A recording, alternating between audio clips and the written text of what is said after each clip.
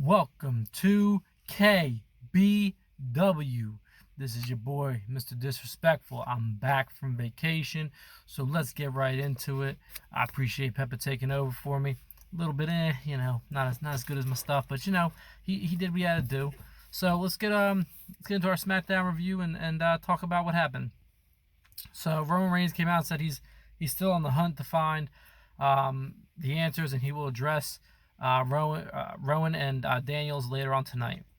Then right after that, Kofi comes out getting ready for a match against Orton. Orton is in the back, and he is reading a note from a fan.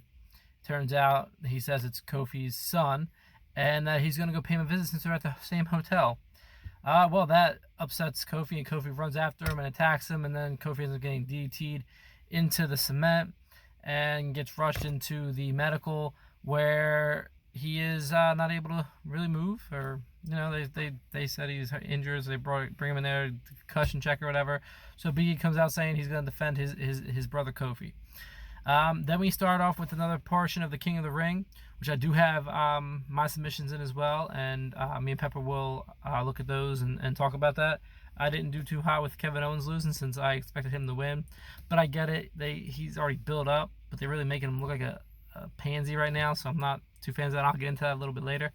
But this one, I expected Buddy Murphy to win this one. I did, because of how great of a showing he's put on the last couple of weeks against Daniels and against Roman Reigns, and he's been really, really good. So I figured, oh yeah, he could beat Ali. And listen, Ali's definitely been slept on a lot, and Ali proved to be the better man here, and he won, and he advances into the next round next week. Then we had Bayley and Ember, which was just odd, in the back talking, and Ember just talking about how much better Bayley was, and it was just, I don't know, sickening, odd, weird.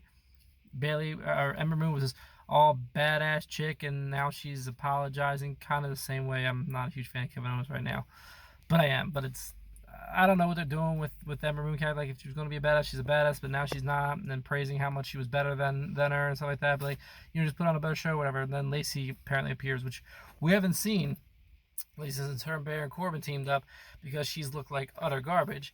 But yeah, so she decides to show up and say, oh, you're no Southern Belle, I'm going to take you on, Bayley, and I'm going to beat you. Basically is what it came down to. Next, we jump to The Miz out on Mike, talking about Nakamura and Zayn, and Sami Zayn, and how basically Nakamura is nothing, and all this kind of, Zayn's nothing, and he's just using Nakamura and all that kind of stuff. And then he said some stuff that didn't make any sense. But Zayn comes out to defend himself and say that he's here to liberate Nakamura and the Intercontinental title. Then they decide to beat up The Miz. Probably going to see that match at Clash of Champions in a few weeks, September 15th, I want to say it is. So yeah, that's probably what we're going to end up seeing next, is that. Then you get KO and Elias. So KO runs to the back to go see Shane, I guess, about this whole fine thing still, but Shane's not there. And Elias tells him he's not there. And instead of stunning Elias here, he goes, okay, sir, okay, whatever you say, and just walks out. I was really confused. We go from badass Kevin Owens to this, and it's kind of like, wait, what? Like, really? You're not going to go on a rampage? You go on a rampage and then kiss ass the next 2 weeks? I don't know. It rubbed me the wrong way after, they're not building him to be this next Stone Cold, obviously, because Stone Cold would have stunned the dude's ass right then and there, and this we've got nothing. So I was kind of disappointed in that. But then you had Bayley and Lacey, and that was actually a really good match. Lacey Evans, I guess, went back to the training grounds to learn, because she put on a pretty good match with Bayley. Maybe Bayley was able to hold her own with her a little bit better. Didn't look as sloppy, and it turned out really, really well. And Bayley ended up beating Lacey. But halfway into the match, I'm gonna say it was, or rather, Charlotte Flair walks down, and we already know that's a match, Bayley Charlotte at Clash of Champions. But she walks down to just watch and turns around and leaves. So Flair doesn't have the interference, doesn't do. It was just odd. It's really what it was. This whole segment just kind of just, what was the point? That's where I'm going with that. Then you had Bryan and Rowan in the back, letting you know that they are not leaving until they get their apology from Roman Reigns, because that's what they deserve and that's what they want. So then, as I talked about earlier, Big E was getting into a match with Randy Orton later on tonight, and so this is when this match appears, and Randy Orton beats Big E. Obviously, they're making him look strong and big going into the Clash of Champions match, where you could see Randy Orton taking out Kofi. It's just, I hope not just yet, because like Kofi's on this high, and you want him to be this next. I think he's proven that he's a proven champ and all this stuff, and he's beating people left and right. And then you have the terrible finish of SummerSlam where they ended in a draw. And now it's like, all right, so we're gonna take it away from you to then have him win it later, maybe. I don't know. Listen, I love Randy Orton winning the title. That's not what I'm gonna say, but it's odd how they're playing this out. Either Orton's gonna win and we don't see anything of Kofi, or Orton loses and then the feud's over. I don't know. But he beats Big E because the Revival gets involved. The whole Revival Randy Orton thing is kind of odd. They're teaming up after Orton bashed on independent wrestling and all that kind of stuff with AJ Styles, and he lost that match, and then joins the Revival, who was a big tag team of independent wrestling at one point. But they helped them with a vicious RKO. Their team up is just nasty.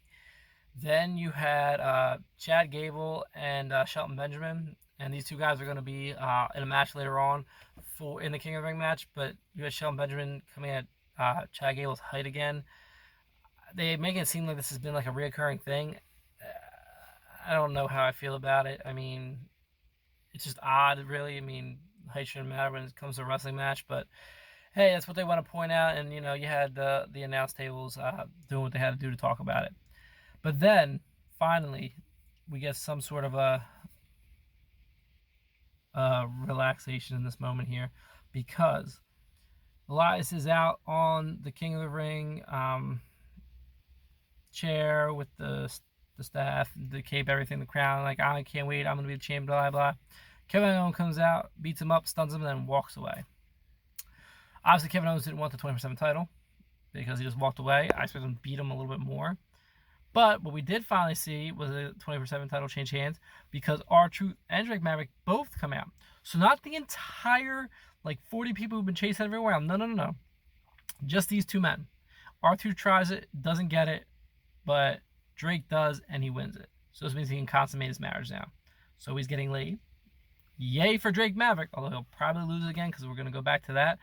But it's just like, you went from 20 guys chasing this to then now back to these two. At least get someone else involved, make it a little bit more interesting. I don't know, but yeah, it was just weird. But I do like 24/7 changing hands, so that part was fun. It was just, my weird part was just Kevin Owens not beating him up a little bit more, and then having all this. Then Chad Gable beat Shelton Benjamin with the roll up, the surprise roll up, which happens way too much in WWE. I feel like they don't really have a regular finish. It's just like 1, 2, 3, if you use it once a month, maybe, but it's every week there's at least one match, if not two sometimes, that have this on SmackDown. And, Raw has them here and there as well, but it's just come on, be more creative, some moves, some actual finishers, I don't know, something. So we're at the end of the night here, ladies and gentlemen. And I know I ran through this quick, but I like to get through it, get your synopsis in, let you know what's going on here and there, back and forth. And Roman Reigns comes out, but it's not to apologize to Daniel Bryan and Rowan. They come up on the screen, and they go, "We want your apology." He says no. He goes, "I got more proof." And they go back to showing the video. Now, here's where I fall a little... This is where it's they went back to just not telling stories directly. They show the same footage that they've shown every week in and week out, with a Rowan-like figure walking out, but they zoom in closer and they have him walk out more, and now it looks really like Rowan. Okay. Now, if you saw Peppa's review of SmackDown last week, and if you watched SmackDown, you know that Daniel Bryan and Rowan had a guy that they wanted that they said was the actual attacker, and it's a guy who looks just like Rowan. That did not even come up this week. Daniel Bryan looks at Rowan and slaps the hell out of him. Like it was his mother beating a child. Like just went boom, boom, boom, over and over. I can't believe you lied. I kept smacking and smacking. Just continual. And I'm just like, wait, what? What happened to the guy from last week who was supposed to be the actual attacker, and we just threw that out the window? So then, after he slaps Rowan out the way, which again, Rowan's a bigger man, why didn't he just pound him through the TV? Something that would have just been way better. And just been like, well, if you told me to do it, how dare you slap me? Like, something like that. Or, hey, listen, we were just doing what Samoa Joe told us. Anything along the actual lines of where this could have come up to something. Then, obviously, we're going to get a match probably between Daniel Bryan and Roman Reigns, a Clash of Champions, or Roman Reigns and Rowan, or a combination of the somewhere is probably what's going to happen if they prove all this. Daniel Bryan comes out to the ring with a mic saying, it wasn't me, I'm sorry, I didn't know he would do that, I can't believe he did that, blah, blah, blah, blah, and I don't approve of that. And Roman Reigns doesn't give 1-2 hells about it and just spears him right into the ground, and boom, and that's how we go off the air with SmackDown. A little different. It was okay. It was definitely better than Raw. Raw, I don't think was as good. You obviously can check Pepper's review out. But yeah, so I mean, it was definitely an okay Raw. I still love what they're doing with the King of the Ring. They're doing a very good job with this tournament. It's they're still not making people look too bad. Even though I wanted Buddy Murphy to win, Buddy Murphy and Ali both came out looking really, really good in the match. So it's not really destroying Buddy Murphy. And this is what they're doing to Ali back in January. So you have that in there, but you have Buddy Murphy looking still strong, and they raised those hands at the end of the day, so that was fine. And Shelton Benjamin and Chad Gable put on a really, really good match. It's just WWE didn't book it right with a surprise Raw that just kind of annoyed me. But other than that, everything looks good. Everything was pretty good on SmackDown. I just had an issue with the whole last week to this now thing, but it is what it is. Don't forget to check out our reviews. Peppa has a review up of Raw. Probably by the time I get this up, you will see an unboxing probably this week, because we do have to get that done. We will announce the champions. I saw Peppa pull out both titles, and Peppa, you do not know that you are both champions, and we haven't revealed it, and you're sitting there holding 2 titles, and I'm pretty sure I at least won one, if not both. And if not, doesn't matter, because that NXT title, whoever has it, is back on the line again this weekend. So we have a lot coming at you. We have our predictions, because we're not going to do the reviews for SummerSlam and all that stuff, because we just got too busy, but we have predictions for NXT UK TakeOver Cardiff. I think I'm saying that properly. I apologize if I'm not. And we have All Out as well. I don't think we're going to do Kingdom, the New Japan pay-per-view coming up this week. But again, you have the other 2 predictions coming your way for our one of our 2 titles. Again, we'll probably announce that when we do the predictions. Obviously, the AEW title is in my hands now, although we still can't find it, or is in Pepper's hands. I don't remember. I lose track. But you'll see all that. You'll see that coming out there. So don't forget to hit the subscribe button, hit the notification bell, share, like, and subscribe. All that stuff again. Share with everybody you know. Let people tune in. Come on, we're trying to get to 10 subscribers before the end of the summer. School starts next week. We're up to 9. One more. We've hit our goal, at least for the summer. That makes me happy. It makes Peppa happy. We're on the rise here. You will see from Rico the Tugboat Dragon in a couple weeks, because we're changing up the format, and we haven't had a chance to get together with him. But he'll probably be in an episode or 2 coming up. But yeah, so we have a bunch of other stuff still trying to get done. As you saw, it was all Peppa last week. He held it down.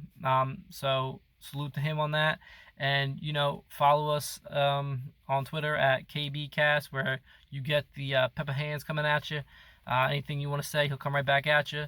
So as we always do, we like to bid you adieu, goodbye, mwah, and good night, bang.